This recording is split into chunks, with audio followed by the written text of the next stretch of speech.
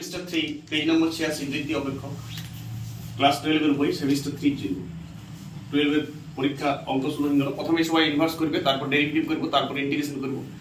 2 মাসের মধ্যে অঙ্ক বইটা শেষ করব। ফিজিক্স কেমিস্ট্রিও তোমরা 2 মাসের মধ্যে শেষ করবে। নতুন ক্লাস চলছে। দেখো cos ইনভার্স মাইনাস হাফের মুখ্য মান। দেখো cos এর রেঞ্জ আমরা জানি। এর আগে একটা বৃত্তীয় অপেক্ষকের ক্লাস দেয়া আছে। বিপরীত বৃত্তীয় অপেক্ষক বাহাদুর মাঝি সার্চ করো, ওই ক্লাসটা আগে দেখো, এটা টিক্স দেয়া আছে কি করে অঙ্ক হবে শর্টকাট পদ্ধতি। দেখো এর মান হচ্ছে এটা 0, এটা π/2, অল্প সংযুক্ত খণ্ড করে লিখতে হবে হালকা। 0 π/2 আর এদিকে হচ্ছে 3 π/2 আর এটা 2 π। এদিকে থেকে ঘুরলে এটা মাইনাস হয়ে যায়, ক্লকে ঘুরলে মাইনাস হবে টেনজেন্টাল, তখন এটা মাইনাস π/2 ধরা হবে আর এটা প্লাস π/2 ধরা হবে, এটা মাইনাস π/2 ধরা হবে। শুনো, cos sec আর cot এর মান পাই থেকে 0 পর্যন্ত লঞ্চ করিবে, এটা মাথায় রাখো। কিন্তু cos এর ক্ষেত্রে থার্ড ব্র্যাকেট হবে, মানে পাই থেকে 0 পর্যন্ত পাবো। সেকের বেলা কিন্তু তুমি পাই থেকে 0 পাবো, কিন্তু π/2 টা পাবো না, এক্সপেক্ট π/2, মানে π/2 টা হবে না, মাঝেরটা হবে না। cot এর মানটা হবে ফার্স্ট ব্র্যাকেটের মধ্যে পাই থেকে 0 এর মধ্যে, মানে ফার্স্ট ব্র্যাকেট π0 বাদ দিয়ে তাদের মাঝের সব অংশ পাবো। ফার্স্ট ব্র্যাকেট মানে এইটা, থার্ড ব্র্যাকেট মানে π0 সমেত। এই তিনটার মান খুব ইম্পর্টেন্ট। cos sec আর cot একই দলে, ওদের মুখ্য মানটা একই হয়। তাহলে এখানে দেখো দ্বিতীয় পদের অ্যাঙ্গেল যাচ্ছে -1/2 আছে। এমনিতে cos এর হাফের মান কত তো হয় 60 ডিগ্রিতে, তাহলে এটা 180 - 60 হবে। তাহলে 180 - 60 cos এর মুখ্য মান প্রথম পদ আর দ্বিতীয় পদ 0 থেকে পাই এর মধ্যে লঞ্চ করে, এটা মাথায় রাখবে। তাহলে এখানে -1/2 আছে, তো cos এর অল হলে তো প্লাস হতো হাফটা, তখন +60 হতো, কিন্তু এখানে 180 - 60 মানে 120, মানে 2π/3 উত্তর হবে। এইভাবে অঙ্কগুলো ঝেটাঝেট করবে। আর এই ছকটা বৃত্তীয় অপেক্ষকের আমার 1 নম্বর ক্লাসটা থাকে, এটা আমার বৃত্তীয় অপেক্ষকের 2 নম্বর ক্লাস। এখানে আমি এসএমদের বইয়ের অঙ্কগুলো পর দেবো, একটাও গ্যাপ থাকবে না। ওকে, দেখো বৃত্তীয় অপেক্ষকের আমার 2 নম্বর ক্লাস চলছে সেমিস্টার 3 এর জন্য, পেজ নম্বর 86 বৃত্তীয় অপেক্ষক এসএমদের বই। cosec ইনভার্স -√2 মান, cosec ইনভার্স -√2 মুখ্য মান a b c অপশন দেয়া আছে, -π/4, 3/4, -π/3, 2π/3। বৃত্তীয় অপেক্ষক থেকে অঙ্ক বইটা শুরু করতে হবে। দেখো sin cosec ইনভার্স আর tan ইনভার্স কে তুমি একটা দলে ফেলো। এর আগের অঙ্কতে আমি বলেছি cos sec cot এক দলে, sin cosec আর tan একটা দলে। ইয়াদের রেঞ্জ হচ্ছে, sin এর রেঞ্জ হচ্ছে -π/2 থেকে +π/2 সমেত, থার্ড ব্র্যাকেট মানে -π/2 সমেত পাবে। cosec ইনভার্স এর রেঞ্জ হচ্ছে এরও -π/2 থেকে π/2, কিন্তু বিয়োগ করতে হবে 0টা, মানে 0 নেওয়া যাবে না, মাঝেরটা বাদ। -π/2 থেকে π/2 এর মাঝে 0 ডিগ্রি থাকে, সেইটা cosec এর ক্ষেত্রে হবে না, sin এর ক্ষেত্রে সব হবে। tan এর ক্ষেত্রে আবার ফার্স্ট ব্র্যাকেটে -π/2 থেকে π/2, অর্থাৎ -π/2 এর মানটা বাদ, π/2 বাদ, তার অন্তর্বর্তী মানে বিটুইন দা -π/2 থেকে π/2 পাবে ফার্স্ট ব্র্যাকেটের মানে এইটা। তার মানে তিনটারই মান প্রায় একই। তুমি এইটু শুধু মনে রাখো, ফার্স্ট এরটা সব লিখছি সাপোর্টেটিভ বলতো, মাঝেরটা মিডল বাদ, আর ধারেরটাতে ধারের দুটো বাদ। সিরিয়াল হচ্ছে sin cosec tan, এইটা ইয়াদের রেঞ্জ হচ্ছে -π/2 থেকে π/2। চলো এগুলো করে চলো।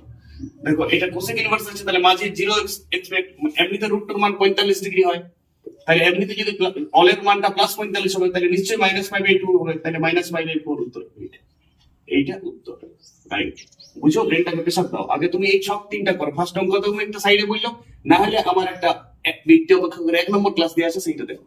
এটা আমার বৃত্তীয় অপেক্ষকের 2 নম্বর ক্লাস, এখানে এসএনদের অঙ্কগুলো পরপর দেওয়া থাকবে, একটাও বাদ থাকবে না। ওকে, দেখো cot ইনভার্স 1/√3। দেখো cot এর মান কোন দলে আছে? cot নিচের দলে আছে, cos sec আর cot একই দলে থাকে। তাদের রেঞ্জ হচ্ছে ইনভার্সের, তাদের রেঞ্জ হচ্ছে সব সময় -π/2 থেকে পাই থেকে 0 এটা হচ্ছে।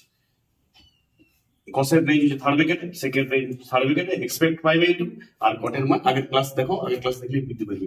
তাহলে cot এর মুখ্য মান এখানে 1/√3 আছে। শুনো, 1/√3 তো হলে cot 60 ডিগ্রিতে 1/√3 হয়, তাহলে এখানে 60 ডিগ্রি উত্তর হবে, π/6 এর অপশন। চলো তারপরে উত্তর হচ্ছে এটা, এটা π/3 অবশ্যই সেট 60 ডিগ্রি বললাম। চলো এর নেক্সট অঙ্ক দেখো, চারেরটা কি আছে? -√3, চারেরটা অঙ্ক দেখো। ট্রেনের এমনিতে মান 60 ডিগ্রি হয়, √3 এর মান, তো -√3 আসে। দেখো আমরা জানি sin cosec আর tan এর মানটা -π/2 থেকে π/2 এ লঞ্চ করে। থার্ড ব্র্যাকেটে sin এর মান cosec এর ক্ষেত্রে থার্ড ব্র্যাকেটটাই হবে, কিন্তু এক্সপেক্ট 0 মিডল বাদ, আর tan এর ক্ষেত্রে প্রথম ধারের দুটো বাদ, বিটুইন দা -π/2 মান তৈরি করে। কিন্তু এখানে -√3 আছে, মানে মাইনাস এর কোনটা যাবে? তাহলে এখানে প্লাস পাই বাই টু থেকে মাইনাস পাই বাই টু, তখন এই 0 থেকে মাইনাস পাই বাই টুর মধ্যে যে কোনো মান হবে। তাহলে এমনিতে টেন সাইন ডিগ্রির মান হচ্ছে পাই বাই 3, তো এখানে মাইনাস পাই বাই 3 হবে, বি এর অপশনটা হবে। ওকে, দেখো cot ইনভার্স মাইনাস 1/√3, এমনিতে cot এর 1/√3 এর মান হয় 30 ডিগ্রি, কিন্তু cot এর আমরা জানি cos sec আর cot এর রেঞ্জ কত থেকে কত প্রতিবাদ হিসাবে এটা পাই থেকে 0 পর্যন্ত রেঞ্জ। তো পাই থেকে 0 পর্যন্ত যদি রেঞ্জ হয়, তাহলে এখানে দ্বিতীয় পদটা হবে cot এর মাইনাস যেহেতু আছে, তাহলে পাই থেকে 30 ডিগ্রি বাদ, পাই থেকে 30 ডিগ্রি বাদ গেলে 150 ডিগ্রি হয়, 150 ডিগ্রি কোন মানটা হবে? পাই থেকে 1/3 120 ডিগ্রি, সরি 60 ডিগ্রি হবে। তাহলে পাই থেকে 0 এর মধ্যে 120 ডিগ্রি, 2π/3 এইটা উত্তর। চলো ঝটঝট করে ছয় নম্বর। তবে এবার 6 দেখার অঙ্ক রেশনের বই sin ইনভার্স √3/2 এর সাধারণ মান কত? আমি খাতায় দিচ্ছি, চারটা অপশন আছে দেখো। 6 দেখার অঙ্কটা পরপর অঙ্ক আসছে দেখো। এইখানে সাধারণ সমাধান বলে একটা চ্যাপ্টার ছিল এখানে, হ্যাঁ, যেটা দেখো তোমার মূর্ছা লেগে আছে, তোমার টাউনে এইটা কেউ করে না, ঠিক আছে? তখন সময় থাকে না নাকি সময় থাকে না, এবং সময় শেষ হয়ে গেলে লেখার কোনো ব্যাপার না, বিভিন্ন ধরনের ভাষা হবে, তোমাকে ধূপ দেওয়া থাকবে গ্যাসে, তুমি আচ্ছন্ন হয়ে থাকবে। তো এইখানে সাইনের 4টা সাধারণ সমাধানের মান আছে, কোসের 4টা, টেনের 2টা করলেই চলে। এগুলো মুখস্থ রাখতে হবে, এটা মুখস্থ করাটা ট্যালেন্ট। কি করে হয় আমি পরে বলবো। সাধারণ সমাধান বলে চ্যাপ্টার ছিল তোমার, হওয়া চলছে চ্যাপ্টারটা দেখো 11-এ তুমি করো নাই, ভরসা আছে তোমার উপর, তুমি করো নাই। তো সেই চ্যাপ্টারটি তুমি না করিস, এবারে তুমি অনেক অঙ্ক তো সাতানি পাবে 12-এ। দেখো এবারে সাইন ইনভার্স রুট এমনিতে 60 ডিগ্রি মান হয়, মুখ্য মানটা তোমাকে বাইর করতে হবে, তাহলে π/3 মান হয়। এবার দেখো সাইন থিটা সমান যদি সাইন আলফা হয়, তাহলে একটা সূত্র আছে সাধারণ সমাধানে, n পাই plus minus 1 to the power n alpha. কি বটে ওটা সাধারণ সমাধানে বুঝাই আসতে তোমাকে 11-এ, এই ক্লাস আর বুঝা যাবে না। এই ক্লাসে তুমি শুধু দেখো আর খুশি হও মনে মনে। তাহলে -1 n আর আলফা মুখ্য মানটা বাই করতে হবে, তাহলে মুখ্য মানটা সাইনের রেঞ্জ কত হয়? মাইনাস প্লাস π/2 থেকে মাইনাস π/2, তাহলে এখানে প্লাস আছে যেহেতু √3/2 ছিল, প্লাস 60 ডিগ্রি হবে, তাহলে π/3 অপশন বি, অপশন বি টাই উত্তর। বুঝার চেষ্টা করো। আর এইটা 11-এ তুমি যদি না মুখস্থ করেছো, আপাতত করো মুখস্থ। অঙ্কগুলো তো নাই, সাধারণ সমাধান হওয়া চলছে, কনসেপশন তো কিছুই নেই। 12-এ কোনো কনসেপশন দেওয়া হবে না, 12-এ জাস্ট প্র্যাকটিস। 1.5 মাসের সিলেবাস শেষ, 2.5 মাস কোয়েশ্চেন ব্যাংক, আগস্টে পরীক্ষা সেমিস্টার 3, 40-এ 40 তুলতে হবে, এটাই টার্গেট। 40-এ 40 সেমিস্টার ওয়ানে ওঠে, তুমি জেইও পাবে, নিটেও পাবে, গিটেও পাবে, ফিটেও পাবে, পিডব্লিউ, এডব্লিউ, ডিডব্লিউ, সিডব্লিউ করতে থাকো, সময়টা নষ্ট করতে থাকো। আর নিজেকে ভাবো আমি হবো, কি বলে ওই বিভিন্ন ধরনের, এই পরীক্ষা দেবো, ওই পরীক্ষা, সব তো র্যাঙ্ক হয়ে গেছে। তুমি ব্যাগটা কিনো, যে এবারে বোর্ডিং রেডি করো। সেমিস্টার 1-এ 40 তুলো নিজে পরীক্ষা দিয়ে, সেমিস্টার 3-তে 40 তুলো অপশন পরীক্ষায়, তবেই তুমি সব পাবে। এই স্বপ্নগুলাই তুমি সাকসেসফুল করতে লাগছো, ছোট ছোট টার্গেট গুলাকে পূরণ করতে লাগছো। অতীতের ফিউচার দেখা হবে, অতীতে 2 বছর পর তুমি এই হবে, 4 বছর পর এই হবে। তো এই বছরের আগস্টের পরীক্ষাটা তুমি কি করছো?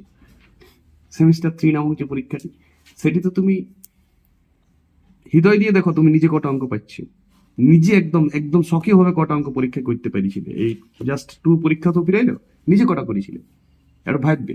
ওকে, দেখো এরপর সাথের দেখেন অঙ্কটা, আরে সেমিস্টার 3 পেজ 86 বৃত্তি অপেক্ষক cos ইনভার্স -1 এর মান দেখো। দেখো cos ইনভার্স -1 এর এমনিতে আমি মুখস্থ করতে বলি, এটা আমি একমাত্র মুখস্থ করতে বলি যে cos 180 মানে -1 হয়, সবাই মনে রাখবে এটা। বাকি দেখতে মুখস্থ করাটা ট্যালেন্ট, কিছু কিছু ক্ষেত্রে মুখস্থ করাটা ট্যালেন্ট বটে। তো দেখো এর মুখ্য মান দেখো, cos এর ক্ষেত্রে মুখ্য মানের সূত্রটা দেখো, cos থিটা সমান cos আলফা, আর এর সাধারণ সমাধান, তাহলে থিটা সমান হয় 2n pi plus minus alpha. কি বটে? কিছু লয়, এটা 11-এ এই চ্যাপ্টারটা তোমার মিস আছে, তোমাকে বোঝানো সম্ভব নয়। তুমি কিন্তু যেই পেয়ে যাবো, তুমি বড় ইঞ্জিনিয়ার হবে, ঠিক আছে, কোনো ব্যাপার নেই। তুমি বিডব্লিউ কোচিং করো, তাহলে তুমি ওই 4 সেট চাকরিটা পেয়ে যাবে, এনডিএ পেয়ে যাবে। তুমি এনডিএ জয়েন করো, তুমি এনডিএ হয়ে গেছো তোমার, বোকা আছে ওটা। তাহলে 2n পাই প্লাস মাইনাস কত? আলফা। তো 2n pi plus minus alpha সূত্রটাকে ফলো করো। এখানে মুখ্য মানটা 180 আলফার জায়গায়, তাহলে এখানে তোমার মানটা হবে 2n পাই প্লাস মাইনাস 180 মানে কত পাই। কোন অপশনটা আছে? দেখো সি এর দাগে অপশনটা খুঁজে পেয়েছো। কি করে হইলো, কেন হইলো? ক্লাস 11-এর সাধারণ সমাধান করতে হবে, নাহলে তুমি বুঝতে পারবে না এটা। উপায় নাই, তুমি কেউ এনডিএ চাকরি করো, তোমার বুঝার কি দরকার। ওকে নেক্সট চলো, এবার 8-এর অঙ্কটা, cot ইনভার্স -√3 সাধারণ মান কত? cot ইনভার্স -√3 সাধারণ মান কত? শুনো, দেখো cot ইনভার্স -√3 তো cot 30 ডিগ্রি হয় মানটা এমনিতে। তাহলে এখানে π/6 লিখতে হবে। আমরা জানি কোনটা এক দলে আছে, cot কার দলে আছে?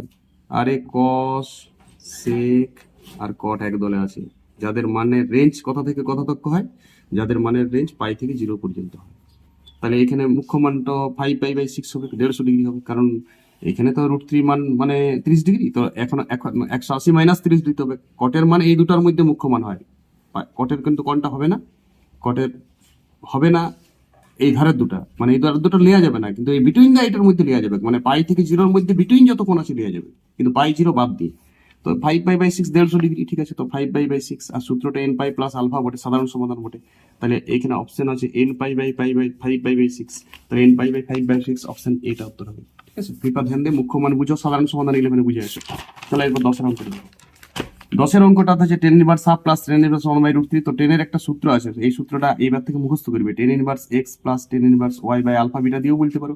তাহলে যৌগিকরণের মতন tan inverse x plus y 1 - xy, sin inverse x plus sin inverse y এরও সূত্র আছে, cos inverse x plus cos inverse y এরও সূত্র আছে। মুখ্য তিনটা sin cos tan এর সূত্র আছে, বাকিগুলো নাই, বাকিগুলো জানারও দরকার নেই।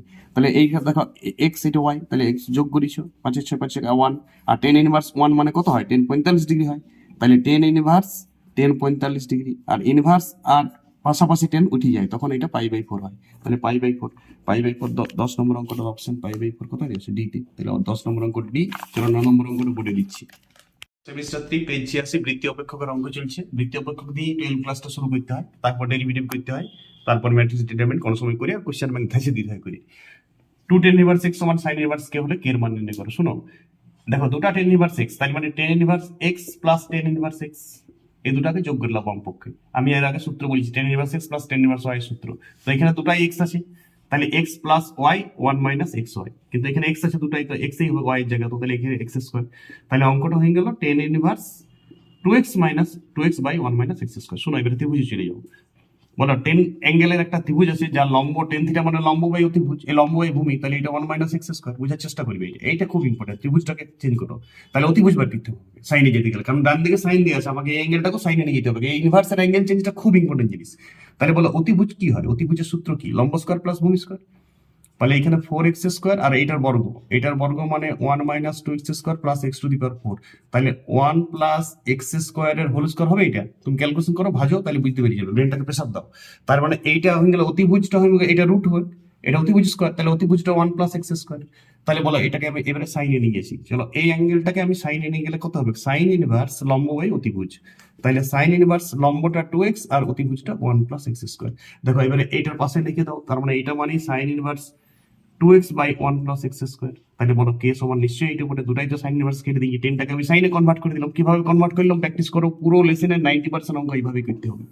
আর tan inverse x plus tan inverse y, sin inverse x plus sin inverse y, cos inverse x plus cos inverse y এর সূত্রগুলো প্র্যাকটিস করো। যৌগিক কোণের সময় শুরু পাবে তুমি, সূত্রগুলো মুখস্থ আপনিই হয়ে যায়।